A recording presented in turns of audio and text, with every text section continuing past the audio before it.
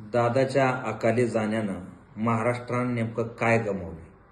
तर कदाचित दादा शेवटचे असे राजकीय नेते आहेत किंवा होते असं आपण आता म्हणूयात की ज्यांनी मत मागण्यासाठी जात धर्म याचा आधार कधीच नाही घेतला.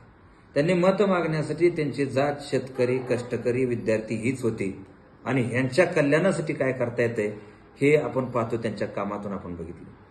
कदाचित दादा शेवटचेच राजकीय नेते आपण म्हणू शकतो की मत मागण्यासाठी महिन्याला तुम्हाला 1,500 रुपये देतो, 6 किलो धान्य देतो, अशा फाजील आश्वासनाचा आधार कधीच घेतला नाही.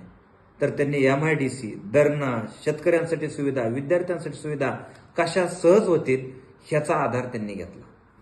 कदाचित दादा शेवटचे राजकीय नेते होते की ज्यांनी मत मागण्यासाठी कधी आपण पाहतो की शेतकऱ्यांना आम्ही कर्जमाफी देतो, अमकं करतो, फलानं करतो अशा आश्वासनाचा वापर केला नाही.